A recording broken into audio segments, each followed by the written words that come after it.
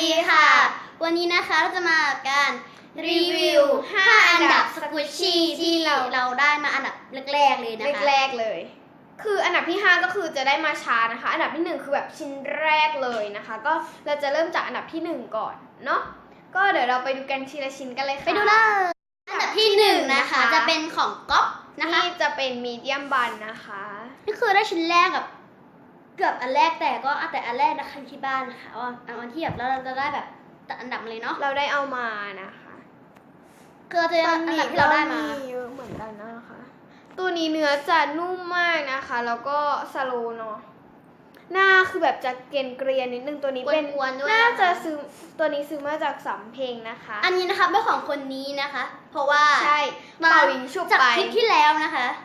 มีความแบบดีใจมากนะคะก็ไปดูชิ้นต่อไปกันเลยค่ะก็จะเป็นชิ้นนี้เลยนะคะเป็นอันดับที่2นะคะอันนี้ไม่ได้เป็นชิ้นที่2ของในคอลเลคชันนะคะแต่เป็นชิ้นที่2ที่เราเอามาที่นี่นะคะไม่ใช่สิเป็นชิ้นที่2ของที่เราเอามาวันนี้นะคะนุ่มสโลว์มากที่เห็นเนี่ยแพ็กเกจขนาดนี้เพราะว่าเราจะเป็นการเล่นมานานแล้วนะแต่มันเป็นรุ่นใหม่เป็นของคาเฟ่ดีเอ็นแพ็กเกจยับตั้งแต่เล่นไม่ค่อยนานน่าจะได้2-3 วันนี้แหละแต่เราไปดูอันดับที่3กันเลยค่ะที่3นะคะก็จะเป็นนี่นะคะเป็นของตัวเดียวกับอันดับนี้เลยนะคะเป็นอันเดียวกันแต่ว่าตัวนี้เป็นคนละสีนะคะแล้วก็ได้มาหลังในตัวนี้ด้วยนะคะตัวนี้จะไม่ค่อยสโลว์นะเนื้อมันจะเหมือนแบบเคลือบมาแต่ถ้าไม่เคลือบก็ต้องขออภัยนะคะตัวนี้ไส้จะเป็นสีชมพูนะคะนี่จะเป็นแท็กนะคะจะเป็นตัวนี้นะคะเป็นอะคริลิกแท็กบ้างไม่แน่ใจ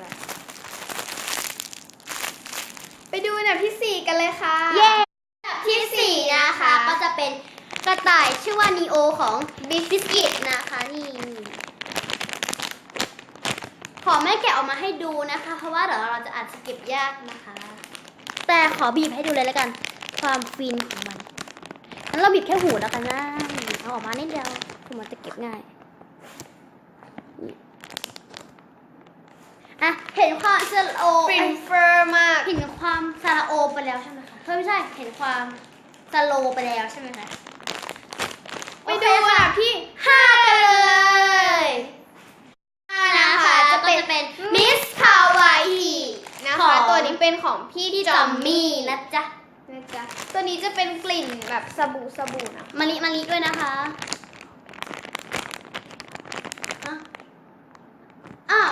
ชิ้นนี้นะคะเราจะแกะเป็นชิ้นเดียวนะคะ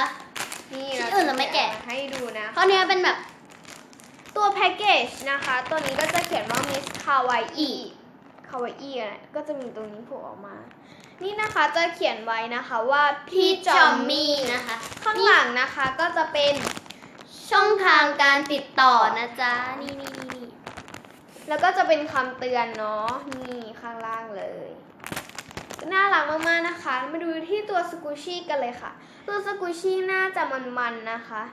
ตรงหน้าจะมันตัวข้างหลังจะด้านๆเรียบๆนิดหน่อยมันจะเรียบๆแล้วก็คือแบบมันก็น่ารักอะตัวนี้นะคะจะรีวิวแบบรายละเอียดก็เยอะหอมกลิ่นสบู่มากๆอะส่วนนี้นะคะจะเป็นลายเส้นนะคะนี่เขียนว่าพี่จอมมี่อาจจะมองไม่เห็นนะคะเพราะว่ามันจางมากเลยเล็กมากมันไม่เหมือนแบบของไอรูมที่มันแบบโหของไอรูมก็ไม่ได้ดูง่าย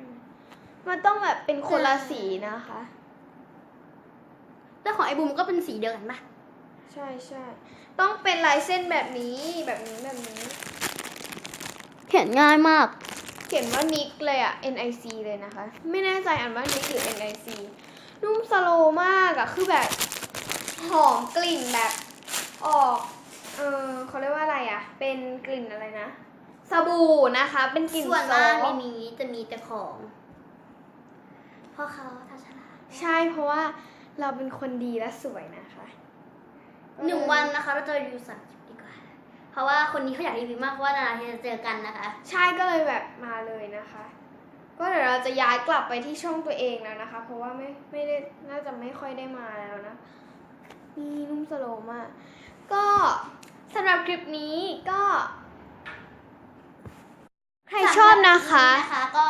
ใครชอบอย่าลืมกดไลค์ กดแชร์ กด subscribe ให้ด้วยนะคะ ให้ด้วยนะจ๊ะ บ๊ายบาย แล้วเจอกัน